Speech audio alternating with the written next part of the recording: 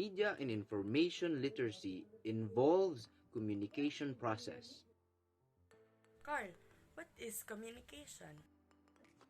Communication is a process by a face-to-face conversation between two people, or it may also be like communicating to a larger group of audience by using media.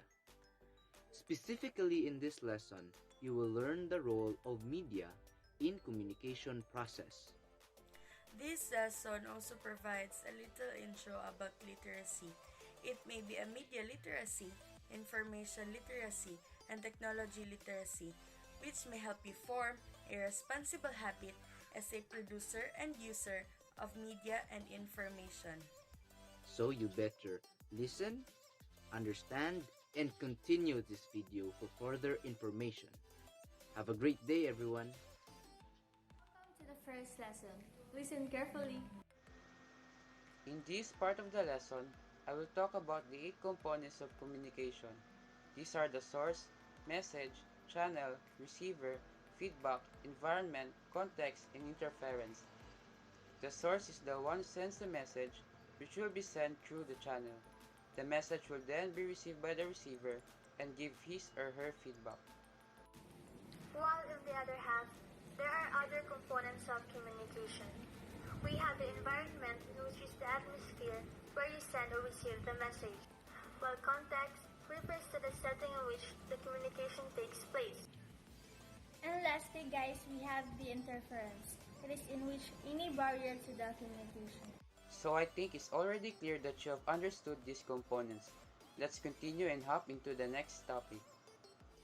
In this lesson, we will tackle about the 5 forms of communication. Communication may come in different forms. These forms may vary and differ in terms of participants, channels, and context used. The following are the 5 main forms of communication. First is intrapersonal communication. From the word intra, it means within. It is a form of communication where communication uses internal language or thought. The speaker and the listener here is the same. For example with this is talking to yourself in the mirror or arguing with yourself for forgetting something. While interpersonal communication is a form of communication where there's an exchange of information between 2 or more people. During the communication, there is a message sending and message receiving. Example for this conversation is between a father and his son, and an employer to his employee. The third one is group communication, where it is a form of communication between 3 or more individuals. Through verbal interaction, they can share and discuss ideas. This interaction or communication is meant to lead them to a discussion or solution to a certain goal. Example for this is team-based tasks that we mostly experience during schoolworks. The fourth one is public communication.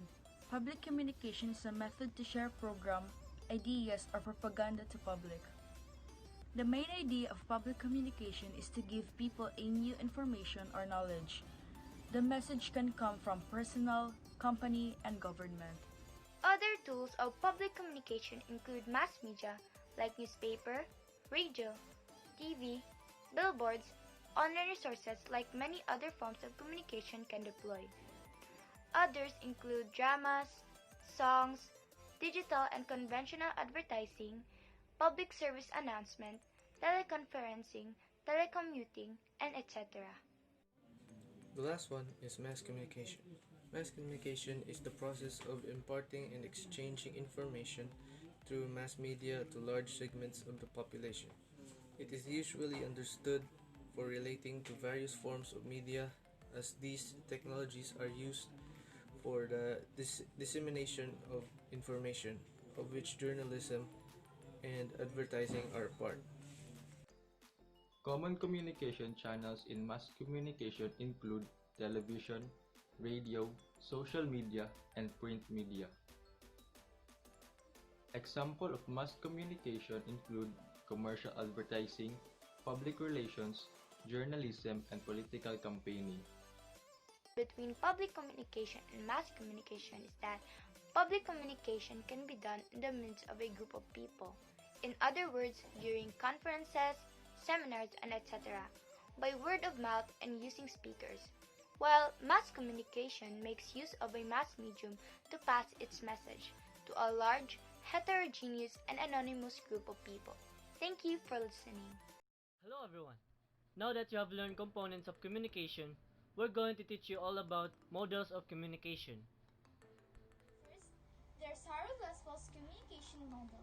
Harold Westphal's communication model shows a one-way transmission of information and simply illustrates how communication starts from a sender who transmits the message through a channel to an intended receiver, consequently with a corresponding effect. These channels may come in a form of spoken medium or through digital or technological instruments like phones and computers. This model attempts to answer the question, who says what to whom, through what medium, and with what effect. Next, there's Shannon and Weaver's communication model.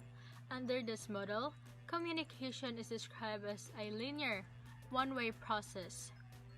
Noise here refers not only to the noise we hear from our environment, it also includes the noises we hear within ourselves, like our low self-esteem and anxieties in communicating. The message is then transformed into signals by a transmitter. The receiver reconstructs or decodes the message received from the signal.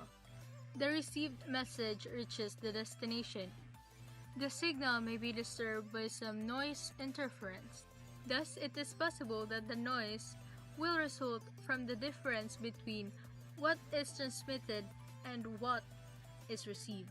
There can be a difference in the message transmitted and in the message reconstructed by the receiver. In this case, communication fails. Years later, David Berlo developed Shannon and Weaver's model, shifting the focus to the context, environment, and other factors surrounding the participants involved in communication process. The SMCR model of communication of Berlo represents the process of communication in its simplest form. The acronym SMCR stands for Sender, Message, Channel, and Receiver. Berlo's SMCR model of communication describes the different components that form the basic process of communication. Because this communication tool also emphasizes the coding and decoding of the message, it can be used for more efficient communication. To ensure the message is conveyed as effectively as possible, the sender and the receiver must share some common ground. Communication skills play a crucial role in this. Other factors such as culture, knowledge, and attitude are also vital. What may be considered rude in some cultures may be perfectly fine in others. Communication doesn't always go as smoothly as one would hope. Various problems such as disruptions, noise, and an asynchronous process may obstruct proper communication. Let us know the important role of media and information in communication. Do you know what is the role of media and information in communication? For what you have known, media and information, it makes the world a smarter place. It also makes communication convenient. How about you? I think it also shapes the opinion of the public. These three are the main roles of media and information in communication. Oh, media and information hold a significant role in communication, right? Why do you think it holds a significant role? I think because media is the communication outlets or tools used to store and deliver information or data. The term refers to components of the mass media communication industry, such as print media, publishing, the news media, photography, cinema, broadcasting, radio and television, and lastly is the advertising. And also, media and information are intrinsically interconnected with the concept of communication. In other words, information is one of the reasons why communication is done in the first place, and this information can be shared through the media. Thank you so much for listening. Hope you have learned something from our video.